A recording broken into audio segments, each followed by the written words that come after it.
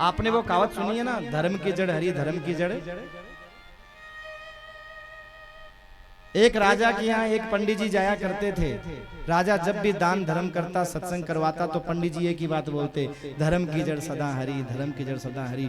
मंत्रियों को चिढ़ हो गई, चिढ़ गए मंत्री। मंत्रियों ने मन में सोचा कि पंडित जी को फोकट का मिलता रहता है, पंडित जी धर्म की जड़ हरी हरी बोल के चले जाते हैं, हमें मिलता नहीं है। तो राजा से शिकायत कर दी, राजा जी ये पंडित जी रोज कह रहे हैं धर्म की जड़ हरी, धर्म की जड़ हरी, इनसे वो कहो कि वो जड़ देख के बताओ कितनी गहरी है, सूख गई। पंडित जी बोलो दिखाओ। तो राजा होता, राजा जोगी अग्नि जल इनकी उल्टी रीत, और डरते रहियो परशुराम ये कदे न पाड़े प्रीत। राजा बोला हाँ भाई देखनी तो चाहिए। तो पंडित जी महाराज आए, राजा ने दान किया, बोले धर्म की जड़ सदा हरी। बोले पंडित जी कितनी गहरी है मुझे दिखाओ अब वो जड़। अब जड़ दिखाए कहाँ पंडित जी। पंडित जी ने कहा ठीक है राजन दिखाएंगे। घर पे आए महाराज बड़े उदास। बेटी आई, पिताजी उदास क्यों हो? बोले क्या बताऊं बेटा, राजा ने मुझे ये कहा कि धर्म की जड़ सदा हरी है, वो दिखाओ। कहा कोई बात नहीं। बेटी बड़ी विदुषी थी, बड़ी ज्ञानी थी महाराज, बड़ी भजन करने वाली थी। उसने कहा कोई बात नहीं पिताजी, फलानी पूर्णिमा के दिन इस तालाब के ऊपर अप्सराएं आती हैं, राजा को जाकर के बोलो उनके विमान के नीचे जगह है, उसमें जाकर के बैठ जाए, और ऊपर जब जाओगे तो उनको धर्म की जड़ दिखाई दे जाएगी। राजा तो भाई जिद्दी तो होता ही होता है। राजा ने इंतजार किया, विमान में बैठा, अप्सराएं आई, नहा करके ऊपर गईं, तो चुपके से विमान से निकला तो वहां बड़े बड़े महल बन रहे थे महाराज, बड़े बड़े महल। राजा ने पूछा भाई ये महल किसके लिए बन रहे हैं? बोले फलाना नाम का राजा बड़ा धार्मिक है, बड़ा धर्म दान पुण्य करता रहता है, तो महाराज वो जब यहाँ आएगा तो उसको इस महल में हम रखेंगे, क्योंकि धर्म की जड़ सदा हरी होती है। राजा खुश हुआ, भाई पंडित जी तो ठीक बात कह रहे थे, वास्तव में हरी है जड़ तो खूब बढ़ रही है, महल बन रहा। वापस उसी विमान में बैठा, उसी तिथि को वापस अप्सराएं नीचे आई, धरती पर आ गया। राजा खुश हो गया, अब तो पंडित जी को खूब दान धर्म महाराज करे और करने लग गया। पंडित जी खूब आनंद से मौज करो, खूब महाराज लो, खूब खाओ पियो, मैं देख करके आया हूं कि धर्म की जड़ सदा हरी होती है। अब एक दिन की बात है, पंडित जी आके राजा को बोले राजन मेरी बेटी का विवाह, अरे खूब धूमधाम से महाराज विवाह करो अपनी बेटी का। मंत्रियों ने राजा से कहा राजन पंडित जी की बेटी का विवाह है, तो आप धन खर्च करोगे, फिर वर पता नहीं कैसा मिलेगा, सही मिलेगा गलत मिलेगा, क्यों ना उस बेटी से आप ही विवाह कर लो। राजा को उल्टी पड़ी, देखें इस पंडित बड़ा दान धर्म लेके जाता है, राजा से जलने वाले बहुत होते हैं। अब राजा को इतनी बुद्धि, राजा ने कहा हाँ ये बात तो ठीक है, यहाँ तो सुख पाएगी, वो आराम से रहेगी। राजा ने कहा कि पंडित जी यहाँ वो क्या, अरे अपनी कन्या को कहाँ शादी करोगे, हमसे वर का अच्छा काम मिलेगा, ऐसा करो तुम अपनी बेटी का विवाह हमारे साथ ही कर दो। और राजा के सामने बोले क्या, चुप राजा। पंडित जी फिर घर आए बड़े उदास। पंडित जी ने घर पे भोजन नहीं किया। बेटी बोली पिताजी क्या बात है आज भोजन नहीं कर रहे? बोले बेटा क्या बताऊं, ऐसे ऐसे मंत्रियों के लगाने से राजा ने मुझे, और चिंता की क्या बात है, आप तो राजा को एक बार ये बोल दो, बोले उसी विमान में बैठ करके ऊपर जाके देख के आओ धर्म की जड़ कितनी गहरी हो रखी है, बस फिर शादी कर देना, क्या टेंशन है। बोले ठीक है राजा जी, बेटी की शादी कर दूंगा, आप एक बार अपनी धर्म की जड़ देख के आ जाओ। तो राजा उसी विमान में बैठ करके गया, तो उस महल को फोड़ रहे थे उस महल को, दीवालों को। राजा ने पूछा अरे भाई ये क्यों तोड़ रहे हो? अरे बोले वो दुष्ट राजा है, बड़ा दान धर्मी बन रहा था, अरे ब्राह्मण की कन्या से विवाह करेगा, उसको तो नरक में डालेंगे जलती हुई लकड़ियों के बीच। राजा घबरा गया, विमान में बैठ के आगे बोला पंडित जी मुझे तो शादी वादी कुछ नहीं करनी, मैं जितना खर्चा लगेगा लगाऊंगा, आप तो बेटी का वर देखो कोई अच्छा सा। तो सजनों इसको कहते हैं धर्म की जड़ हरी। तो हमारे केसाराम जी की भाई इतना दान धर्म कर रहे हैं तो जड़ तो हरी है ही है। तो वहाँ विमान बन रहा है बढ़िया एकदम आनंद के साथ में, महल वहल बन रहे भाई। हाँ? सजनों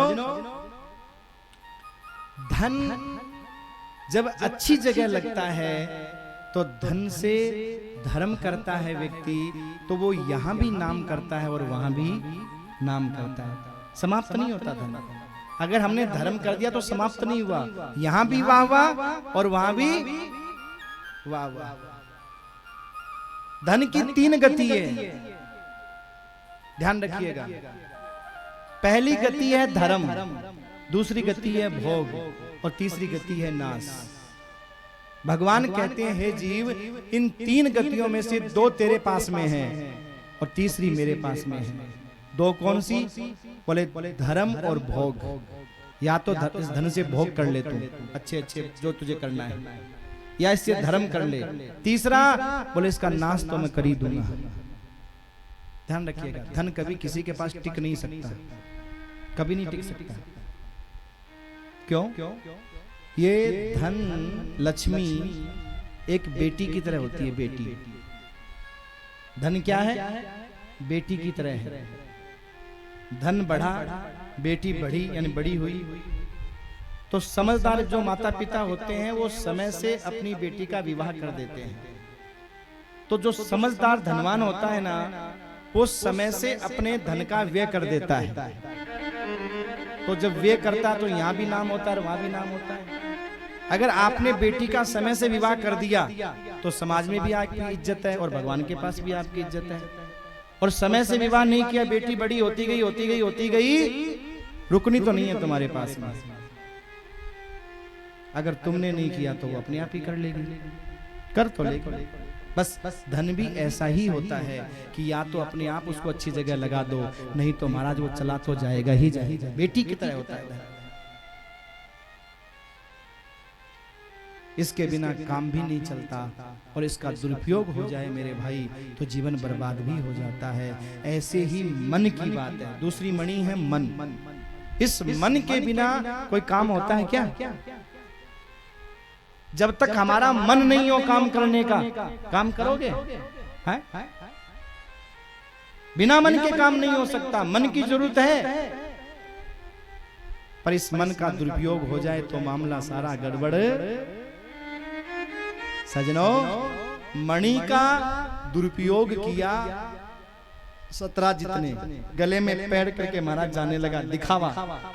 और जब दिखावा आता है तो मणि धनी का गला कटवा देती है। प्रसेन मारा गया, भगवान पे कलंक लगा, भगवान ने पीछा किया तो वो मणि जामवंत की कन्या जामवती के पास में मिली। भगवान जामवंत जी को परास्त करके और उसके बाद उस मणि को लाते हैं और जामवंत जी बदले में अपनी कन्या रूपी मणि भी दे देते हैं। तो दूसरा विवाह जामवती के साथ हुआ। सत्यराजित की बदनामी हो गई। बदनामी से डर के मारे सत्यराजित ने अपनी कन्या सत्यभामा का विवाह भगवान के साथ में कर दिया। तीसरा विवाह भगवान का सत्यभामा के साथ में हुआ। सजनों, अब हुआ क्या? सत्यभामा की बात सतधनुआ के साथ चली थी, मगर मजबूरी में रिश्ता करना पड़ गया। किसके साथ? श्री कृष्ण के साथ। अब सतधनुआ बड़ा दुखी के लो पक्का हमारे साथ किया, शादी कहीं और कर दी। बड़ा दुखी था। अक्रूर जी के पास में आया। अच्छा, अक्रूर जी की बात भी चली हुई थी तो बैर तो अक्रूर जी के मन में भी था सत्यराजित के प्रति, पर कुछ बोल नहीं पाए। क्यों नहीं बोल पाए? क्योंकि कृष्ण के काका लगते हैं, बोल नहीं पाए। अब जब सतधनुआ उनके पास में आया तो मन में सोचा कि मैं तो नहीं बोल पाया, पर इसके कंधे पर बंदूक रख के तो चला ही सकता हूँ, यानी इसके द्वारा तो बैर निकाल ही सकता हूँ। ये कथा क्या संकेत कर रही है कि कई बार हमें भड़काने वाले लोग, चाहे वो देवरानी को, चाहे जिठानी को, चाहे सास को, चाहे बहू को, चाहे बाप को, चाहे बेटे को, न जाने किस जन्म का बैर निकाल रहे हैं, हमको पता नहीं होता। कंधे पे बंदूक रख के चला रहे हैं। आज अक्रूर जी सतधनुआ को भड़का रहे हैं। क्या कह रहे हैं? सतधनुआ मैं तेरी जगह होता तो वो कन्या रूपी मणि तो चली गई, लेकिन समयंतक मणि नहीं छोड़ता उस सत्यराजित के पास, लिया जा। और मन में सोच रहे हैं बेटा कुछ ऐसा करके आ कि मेरा बैर